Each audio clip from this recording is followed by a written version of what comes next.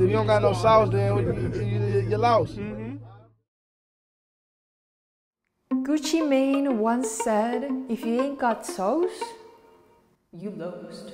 Today, we're talking about sauce.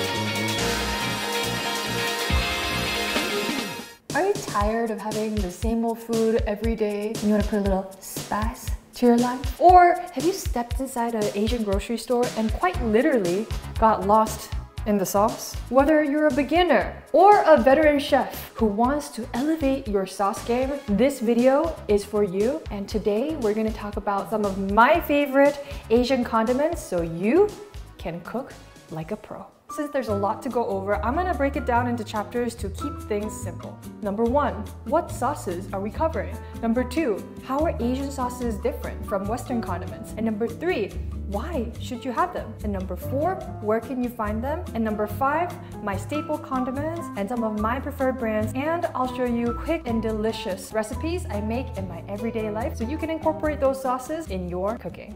Number 1, what Asian sauces are we covering? I know when I say Asian condiments, there's gonna be freaks out there that are like, what about India, Malaysia, Thai? What about me? Am I not Asian enough? First of all, Daddy, chill. Second of all, let me clarify that today I'm gonna be focusing on East Asian condiments, more specifically China, Korea, and Japan, because that's just the cuisine I'm the most well-versed in. And I know there's also going to be some people who are asking, well, why not just Korean condiments? I love Korean food, but I don't only just eat Korean food. Most nights I alternate between Chinese, Japanese, and Western dishes, so I don't keep my pantry tailored to one cuisine, but more well-rounded so that I have flexibility because my pantry real estate is very precious. Difference between Asian versus Western condiments. Generally, the biggest difference between Asian versus Western condiments is fermentation. Take a look at these two favorite condiments, one from Asia and one from the West. I'd say this is a pretty accurate representation, right? Soy sauce is made from fermenting soybeans, whereas ketchup is made by cooking tomatoes, usually tomato paste with vinegar, sugar, and salt. Of course, there are some Western condiments where it involves fermentation, like Worcestershire sauce. Worcestershire? Worcestershire. But anyways, Worcestershire sauce, which is made by fermenting ingredients like anchovies, molasses, vinegar, and spices. But the biggest difference is the taste of umami. So umami is the savory fifth basic taste. It's that extra oomph of flavor.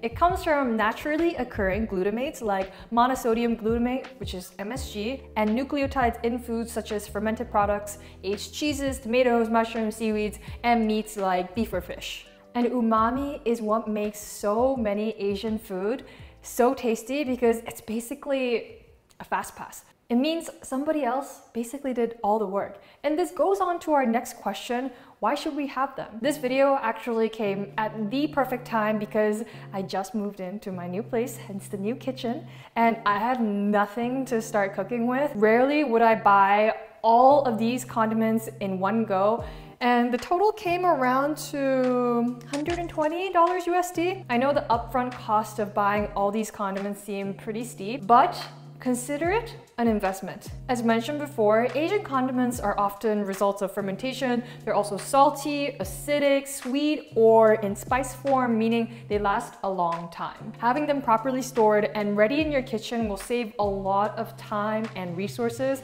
because they're concentrated flavoring agents. What would take hours or days to make something will be ready in your pantry, and it'll save you a lot of dishes. Trust me. And these aren't like ranch, garlic aioli, or sriracha mayo, which personally I consider almost as an avocado slicer of the sauce world, that are single purpose. The beauty of Asian condiments is that it's so versatile. You can mix and match different ingredients in your cooking process, and the results are delicious and endless. Not only does it make good Asian food, but it's also great condiments to give your omelet or weeknight pasta a little bit of that pizzazz.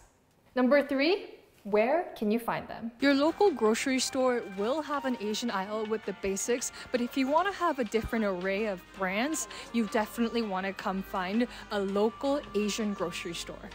Guaranteed you'll have one in your city, unless you're living in the boonies. And if you do, it's okay, I'm not judging. But you'll be able to find a lot of the ingredients online as well, and I'll link the links below. Link the links? Link. On to the fun part. Let's talk sauce. We're going to divide it into 5 categories: salt, fat, acid and alcohol, sweet, and spice. And within these categories, I'm gonna organize it into viscosity from thin to thick. Let's talk about salt. Probably the most important condiment in Asian cooking is soy sauce. It's the foundation of many great Asian dishes. It's our main source of seasoning, and it's made by fermenting soybeans and wheat with salt, water, and a mold inoculant that breaks down protein and starches. It's umami rich, it's salty, and the complexity just completely enhances the dishes. And there are so many different types of soy sauce, differing from region, how it's made, age, and most notably in light and dark. So a lot of people ask me, what's the difference between light soy sauce and dark soy sauce? Light soy sauce is actually literally lighter in color, whereas dark soy sauce is darker in color. So dark soy sauce, it's sweeter, thicker, and darker due to the added molasses or caramel. And it's also aged usually longer and less salty. So typically when a recipe calls for soy sauce, almost always going to be light soy sauce. There are also regional differences between Chinese, Japanese, and Korean soy sauces in the way it's prepared and the taste. My personal preference is pearl river soy because it tends to be the most caramel and toasty notes compared to Korean that has a cleaner and a saltier taste, and Japanese that tends to be a tiny bit sweeter. But taste is subjective, so don't be afraid to experiment and try what best fits your taste. You can pickle, preserve, marinate, season, do anything with it as long as it's a substitute for salt and as long as it's legal. Good soy sauce is best enjoyed with a fresh bowl of warm white rice, a big knob of butter, gently melted, and a drizzle of soy sauce. It smells so good. Mostly the butter, not the soy, but you can get that slight umami at the end. So simple and so good. It should be a national treasure.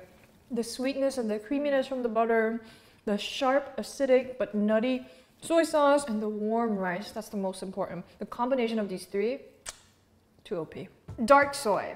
It mainly gives the dishes a dark, glossy hue. As for the dark soy sauce, I prefer the Lee Kum Ki dark soy sauce. Great for stir-fried noodles and braised pork belly, dongpo ro, which was Chairman Mao's favorite dish. But one of my favorite ways to use it is definitely scallion noodles. I picked up fresh thin egg noodles from my local Asian grocery store, but dried noodles will work just as well. Cook the noodles al dente and transfer them onto a slotted sheet pan to let some of the excess water evaporate. Toss them in neutral oil so they don't clump together and set it aside. Next, have your prep cook julienne the scallions and heat 80 ml of neutral oil in a pan. Gently fry the scallions over medium-low heat until golden and fragrant for about 5 minutes. Remove the fried scallions and place them on a paper towel-lined dish so they stay nice and crispy. In the same pan, add light soy sauce, dark soy sauce, and sugar. The exact measurements will be listed in the description box if you want to try it out. Heat on low until it simmers and becomes homogeneous. Add the cooked noodles in batches, tossing to coat them evenly. Garnish with crispy scallions and enjoy.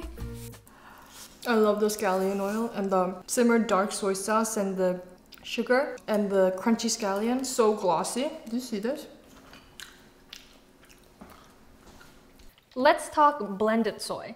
自由, not 自由 from Twice. K-pop stans will know what I'm talking about. Tsuyu is a Japanese soup base and a dipping sauce primarily used for noodles and for tempura. It's basically a concentrated blend of dashi, which is a stock made from steeping bonito flake and kelp, soy sauce, and mirin for sweetness. It's super salty because it's a concentrated version. You need to dilute it with water. It's one of those condiments that I love to have in my pantry because you only need hot water to make delicious soup base, like for Kake Udon. This is my ultimate cozy lazy girl meal. Into a pot of boiling water, put your udon noodles in. But not every pot will fill your udon, but learn to accept and untangle your inner noodle. Cook it according to package directions, and while the noodle is cooking, pour in 2 tablespoons of tsuyu into a large bowl. Add the cooked udon noodles in the tsuyu mixture and coat evenly. Slowly add the cooked udon water to the bowl and mix. Add your desired toppings. I did bonito flakes and green onion, and this was comfort in a bowl.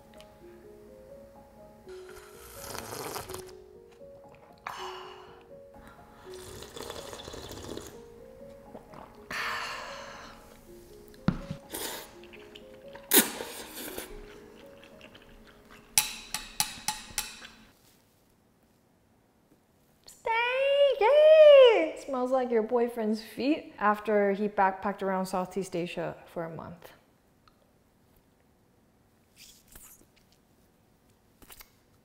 So fish sauce is made by fermenting fish, most commonly anchovies, with salt. Amber brown, thin, and watery in consistency. You'll know immediately when you open a bottle of fish sauce, whoa. It has a pungent, salty, and deeply umami flavor that's really essential in Southeast Asian cuisine, and also for a lot of Korean soups as well. It adds that otherworldly depth of flavor. Once it's incorporated into cooking, it's not going to be fishy at all. I will swear on my left titty for that. Add a 1/4 cup of oil into a small skillet and saute onions and garlic. Once the veggies have softened, drizzle in a tablespoon of soy sauce and turn the heat to low. Then add 2 tablespoons of Korean chili flakes into the center, infusing the chili into the oil to make chili oil. Then add 1/2 tablespoon of fish sauce along with 1/2 cup of water. Bring the mixture to a boil and crack in an egg with some silken tofu. Cook for 7 to 10 minutes or until the whites on the egg has set. This is so good either with a piece of sourdough or rice, especially when you need a little spicy morning. Good morning. I'm a little bit hungover, so I wanted something spicy, oily, and with a lot of flavor. The fish sauce that makes the world of a difference. It adds so much flavor. As I promised with my left titty, which is still intact, it's not fishy at all. Oyster sauce. Smells like a boys' dormitory. Oyster sauce is often used in Chinese and Taiwanese cooking. It's made with oyster extract, sugar, and salt, then thickened with cornstarch to give it that nice glossy finish. The consistency is quite thick, making it incredibly difficult to get it out of the bottle. It's very difficult to portion, as you can see. I don't know who came up with this bottle design. Straight to jail. But it's still that good, so I always have it in my pantry. Sweet, umami, salty, obviously. There's a really nice oceany flavor coming through. So there are multiple versions of oyster sauce, but I prefer the premium rikamki with the lady on the boat with a bunch of oysters and a very small jolly little boy instead of the panda one because of the high oyster content. The other one will do just fine, but this is just my personal preference. There are also vegetarian versions of oyster sauce that uses mushroom powder, and they taste really good too. My favorite way to enjoy oyster sauce is blanched vegetables and a dollop of oyster sauce, and it's salty, crunchy, and one of my favorite side dishes to enjoy with rice.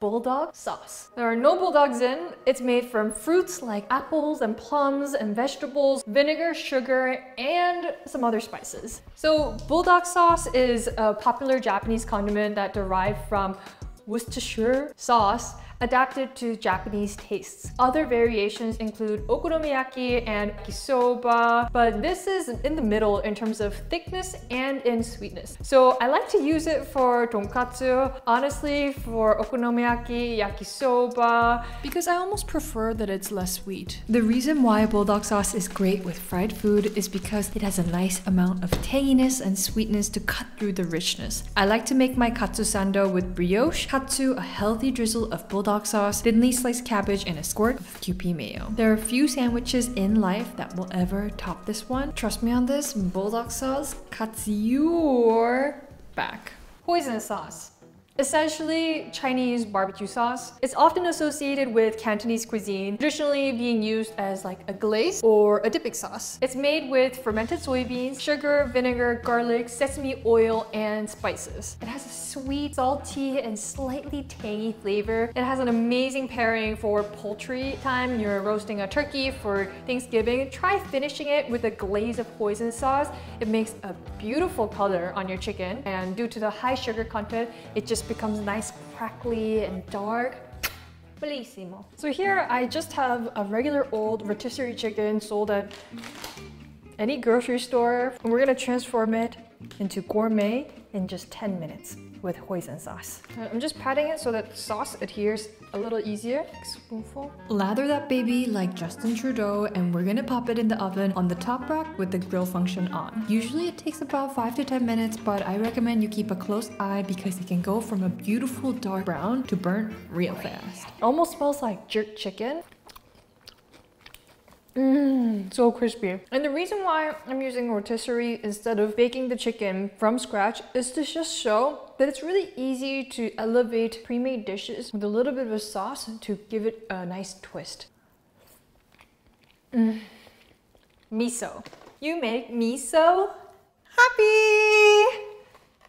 So miso is a traditional Japanese fermented paste made from soybeans, salt, and koji mold. And it comes in various types like white, yellow, and red. So the darker the color, the more salty and more aged it's gonna be. White tends to be sweet and mild, whereas red is pretty robust and funky. It means that it's gone through a longer fermentation time, therefore stronger on the funkiness. Usually between these two, I keep a jar of white miso because it's sweet and mild. It's great for salad and baking. Plus I have another more aged soybean paste that's Korean called Doenjang. So doenjang is a traditional Korean fermented soybean paste. It's made a little differently than miso. It's made from fermenting the soybeans called meju into this little block, fermenting that first and then adding brine into it. It tastes similar to the Japanese red miso, but it has a saltier, funkier flavor, and it's also a little bit more chunky as well. We'll utilize it in our Brisket Doenjangjjigae. One of my favorite foods during the winter is this Brisket Doenjangjjigae you get at Korean barbecue restaurants, and the most important step here is to toast the doenjang in the beef fat and then adding a tablespoon of Korean chili flakes to infuse a little spice. Add water along with chopped up onions, squash, and potatoes. Let it come to a simmer and add your tofu in. Garnish with enoki mushrooms, scallions, and there you have it, one of my favorite childhood dishes, chador doenjangjjigae. Doenjang. Kevin and I are seriously going through a condition called addiction to Szechuan food. We eat Mapo Tofu at least once a week, and Doenjang is one of the most essential ingredients used to make Mapo Tofu. So Doenjang is made from fermented broad beans, soybeans, chili peppers, salt, and sometimes a little wheat flour to kind of bind everything together. It is intensely savory, spicy, and salty with a deep umami flavor and a complex aroma that's coming from the fermented chilies and all the ingredients. And in terms of my preferred brand, make sure you get this brand if they have it at your nearby Chinese or Asian grocery store. This is the brand from Szechuan province, and it tastes very, very different from all the doenjang that I've tried. Also, the hue of the oil that's rising to the top is beautiful. And I guess we're gonna make some goddamn Mapo Tofu. A Szechuan-style Mapo Tofu has a good amount of numbing spice, so when possible, I like to grind red Szechuan peppercorn and have it ready for maximum aroma. Blanch your tofu in salted water to ferment and rid of some of the soyiness and strain. Into the wok goes a healthy amount of oil, ground beef, along with minced ginger, a tablespoon of Pixian Doubanjiang, garlic, and chili powder, which didn't film because my camera overheated. Add your black bean paste, deglaze with Shaoxing Wine, and then add your stock. Then goes in blanched tofu from earlier, Szechuan peppercorn, scallions, and thicken with potato starch slurry. Meaty, silky, chunky, and numbing Mapo Tofu.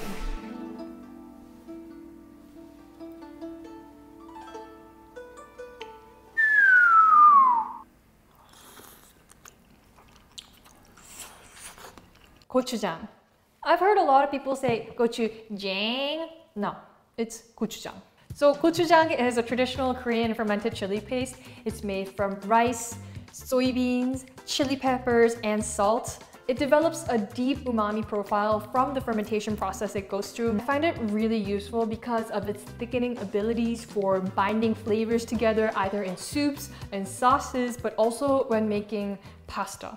To make gochujang pasta, I like to use tubular pasta with the bite. Salt your water and cook it under package directions, making sure to reserve half a cup of pasta water for later. Into the pan goes in butter, garlic, and a healthy spoon of gochujang. You can put more or less depending on your preferred spice level and toast it like you would with tomato paste and ooh baby, look at that chili oil. A cup of heavy cream, your pasta, the pasta water, Parmesan cheese goes in and cook until the sauce becomes nice, thick, and glossy. Plate it with some Parmesan grated on top, and there you have it, one of my viral recipes, gochujang pasta.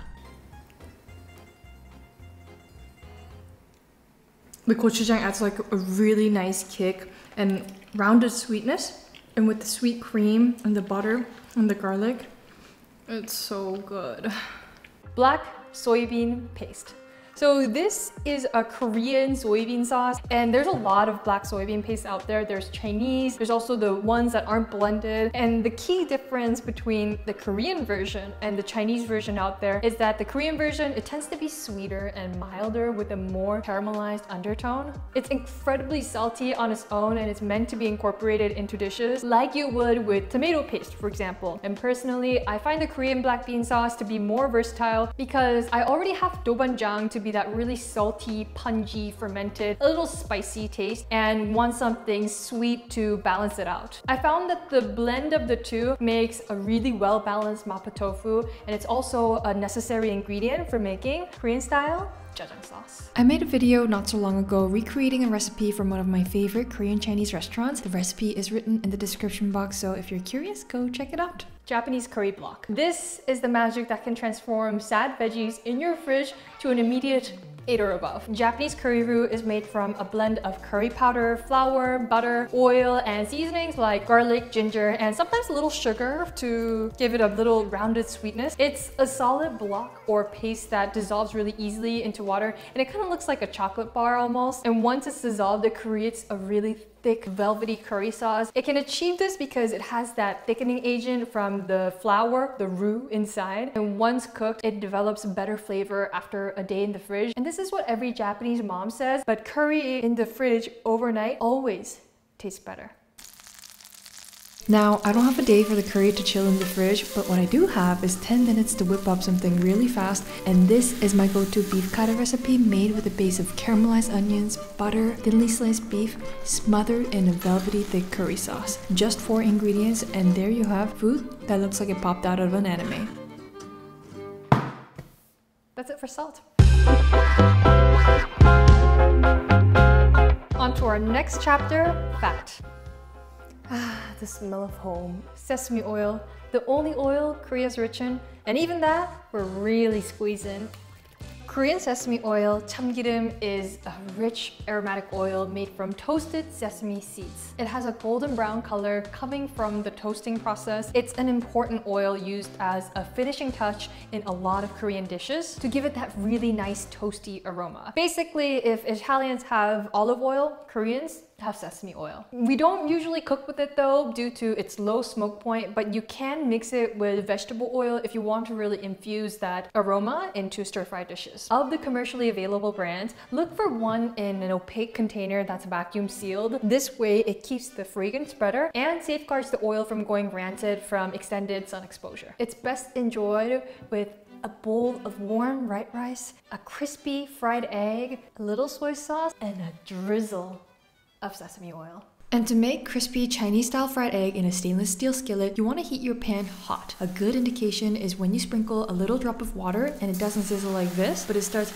ooh, I'm levitating, like Dua Lipa. It's called the Leidenfrost effect, and it means your skillet has non-stick properties ready for your egg. Drizzle in a good amount of neutral oil and in goes the egg, and wait. Be patient and the egg will release, unlike GTA 6. I love the combination of the crispy bites of egg and the rich egg yolk coating the rice with the nutty sesame oil. This is my favorite breakfast of all times.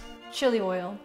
Can't have dumplings without it. Great on everything, even avocado toast. It's made by infusing chili peppers, Szechuan peppercorns, garlic, and other spices. Typically, the hot oil is poured over a mixture of ground chili flakes to create a deep red fragrant oil with a rich spicy flavor. Obviously, the best is going to be homemade, and it's quite easy to make, plus it lasts a long time. But out of the commercially available, I definitely prefer Lao Gan Mami with the chili crisp and peanuts. The best way to enjoy chili oil is undoubtedly with dumplings. Cook the dumplings under package directions and let's prepare a sauce. Half tablespoons of soy, 1 tablespoon black vinegar, 1 heaping tablespoon of peanut chili oil, and my little secret trick, half a clove of grated garlic. It adds a nice punch and spiciness that elevates the sauce. Spoon it over your dumplings and enjoy.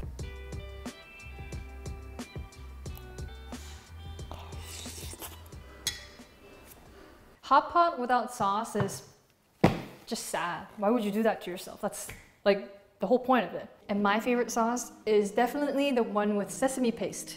A lot of countries have sesame paste, most notably the Middle East with tahini. But what's different about Chinese sesame paste is that it's roasted, which is why it gets a kind of a darker color and it has that really nice toasty undertone coming through. Tahini will do just fine as a substitute, but I recommend grabbing one at an Asian supermarket. There's also 2 varieties, one with peanut and one where it's 100% sesame, as you can see on the label here. And I recommend you get the 100% sesame one. It's really great for dressings, baking, dips, and obviously hot pot sauce.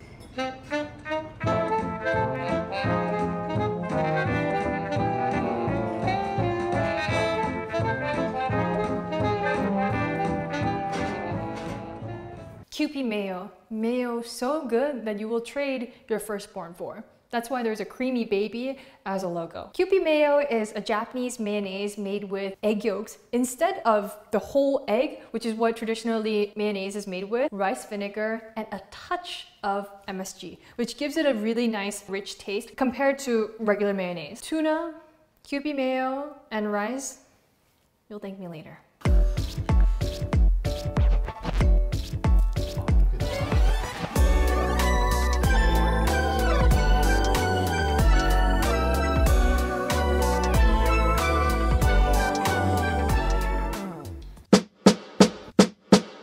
Acid and alcohol. So rice wine vinegar is a mild, slightly sweet vinegar made from fermented rice or rice wine. It has a slight tangy flavor with less acidity compared to white distilled vinegar and has a nice rounded sweetness to it as well. It's often used in sushi rice, seasonings, marinades, and salad dressings, dipping sauces because it enhances flavors without the overpowering acidity behind it. Black vinegar. Think of it as the balsamic vinegar of Asia. Black vinegar is a rice-based, dark-aged vinegar commonly used in Chinese cuisine. The most common black vinegar comes from Shanxi in China, and it's made from fermented grains such as rice, wheat, sorghum, or barley, and it has a really rich, malty flavor with a balance of tanginess and sweetness. You know, if you go to Five Guys, there's like a bottle of Heinz malt vinegar. Have you ever smelled that? It's exactly that smell, except 5 times stronger. When you go to your Asian grocery store, you'll be able to find a lot of different options with different aging time, and the longer it's been aged, the more depth and complexity it develops, making it the best dumpling sauce. Shaoxing Wine.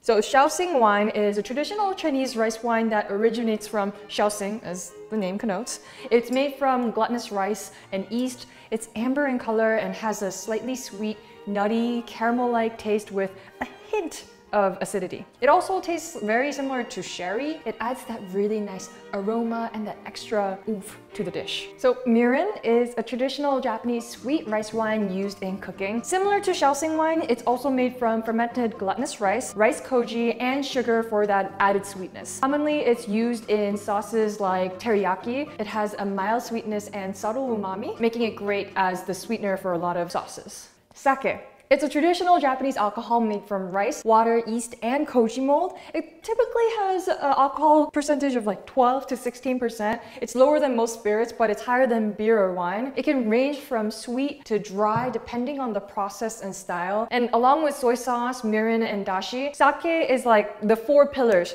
to Japanese cooking. And sake is most used in cooking to tenderize meats and to get rid of any gaminess or fishiness in dishes. Cheers.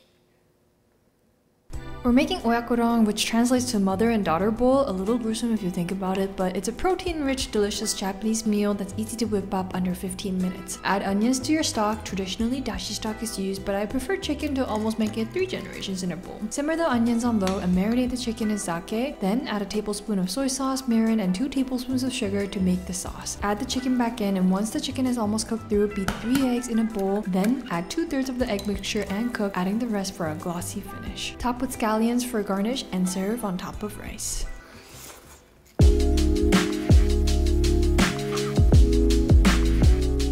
Mechichong. This is a Korean green plum extract that's made from fermenting unripe green plums with sugar. In my house, we make it every year, and it's fermented for around 100 days, and the extract is then filtered out to be used as either digestive, teas. It also makes really good lemonades, dressing sauces, and most notably in kimchi. Rice malt syrup. Now, this is not rice malt syrup, it's actually corn syrup. I'm currently residing in Madrid, and there aren't that many Korean grocery stores. If you know any, let us know. But I went to 4 Asian grocery stores, and none of them, unfortunately, had rice malt syrup. And as an alternative, corn syrup also works fine to give it that nice glossiness and thickness to a lot of Korean dishes. But I do prefer rice malt syrup because it has like that mild caramel-like flavor, and it's made by breaking down starches in cooked rice into simple sugars, and then you kind of boil it down to create a thick syrup. Therefore, it's free from fructose, and it's primarily glucose as the sugar. So it makes it a lot easier to digest, and it's less sweet than refined sugar or honey. And let's make some Korean fried chicken, baby. This is a sauce recipe to transform any fried chicken into a Korean-style Yangnyeom chicken. All you have to do is order your favorite fried chicken, and let's make the sauce. In goes syrup, ketchup, gochujang, sugar, soy sauce, gochugaru, and a little water to thin it out. Heat it until it becomes a nice glossy glaze like this, and let it cool for a little bit, then pour the sauce over the chicken. Has to combine, and you know what this silence means?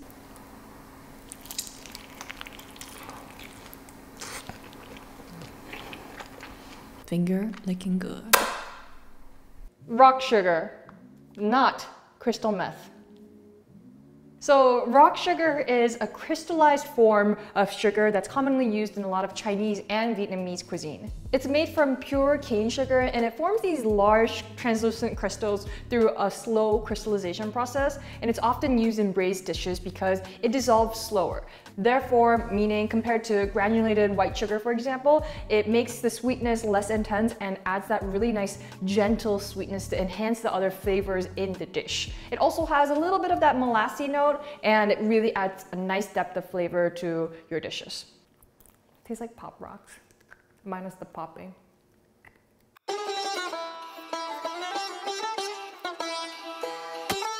Now let's move on to spices. MSG, the magical white powder, but the legal kind.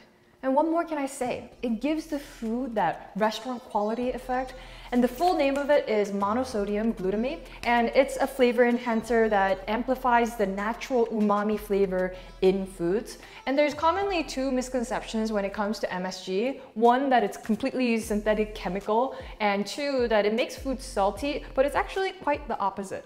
MSG derives from natural sources like fermented sugar or starch and mimics the glutamate found in foods like tomatoes and cheese. Therefore, it amplifies the flavors, which can sometimes be a healthier choice for people trying to reduce overall sodium consumption. So if you don't want to use it, totally fine, but if it helps you consume more vegetables, I say go for it. Dashi powder, great for when you're in a pinch for soup because we're all busy, man. It's an instant seasoning that's used to make dashi. You dissolve it in water and you use it for soups, broths and sauces to really enhance that depth and savory note. It's versatile, it's easy to store, so I like to have a packet ready in my pantry. Sometimes I forget how good miso soup is and I go on for months without having it, then suddenly realize it's actually the easiest soup on earth to make it, and all comes rushing to me of how great it is. All you need is dashi stock, miso to taste, wakame, seaweed, not necessary but I like it, soft tofu, cubed up, and a sprinkle of green onion. Miso soup. Chicken powder. So chicken powder is a versatile seasoning made from dehydrated chicken extract, salt, sugar, and sometimes additional flavor enhancers like MSG or spices. It's used to add a savory, like chickeny element to really give that umami boost to soups, stir-fries, marinades, and stews. It's basically a quick alternative to making chicken stock or broth. White pepper. So white pepper is actually the same plant as black pepper, but essentially the outer skin removed. It has a milder, more floral, and slightly fermented flavor compared to black pepper. It's often added at the end of cooking to really preserve a delicate aroma. Gochugaru. Can't make Korean food without gochugaru. Gochugaru is the essence of Korean people. We cannot live without gochugaru because all our food needs it. Most of it. Not all of it, but you know what I mean. It was for dramatic effect. Gochugaru is a Korean chili powder or chili flakes made from sun-dried red chili pepper. That's why it has that really nice vibrant color and the flavor profile that's a little spicy, smoky, and sweet at the end.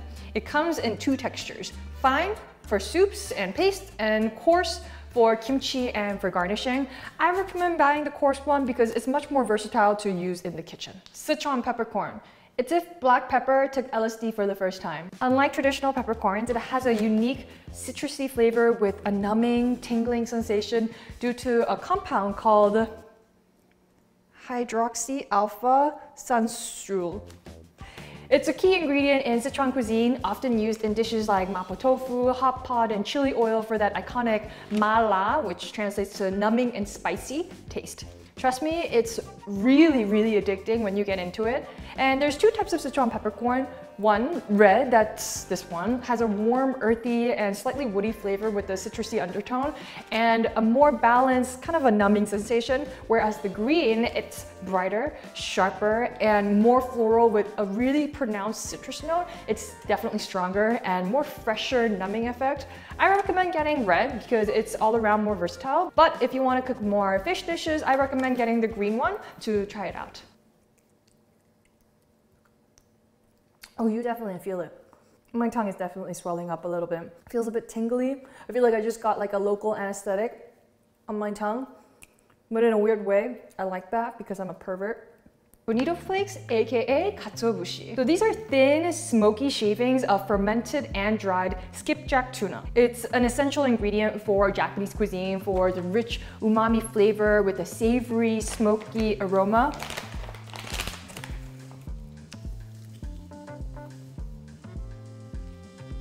Delicious. It's used often for toppings for dishes like okonomiyaki and takoyaki, and it's also used for making traditional dashi stock.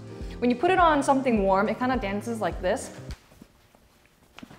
Spicy mustard. It comes in a little tube, almost like toothpaste, but if you use it like toothpaste, you're gonna die.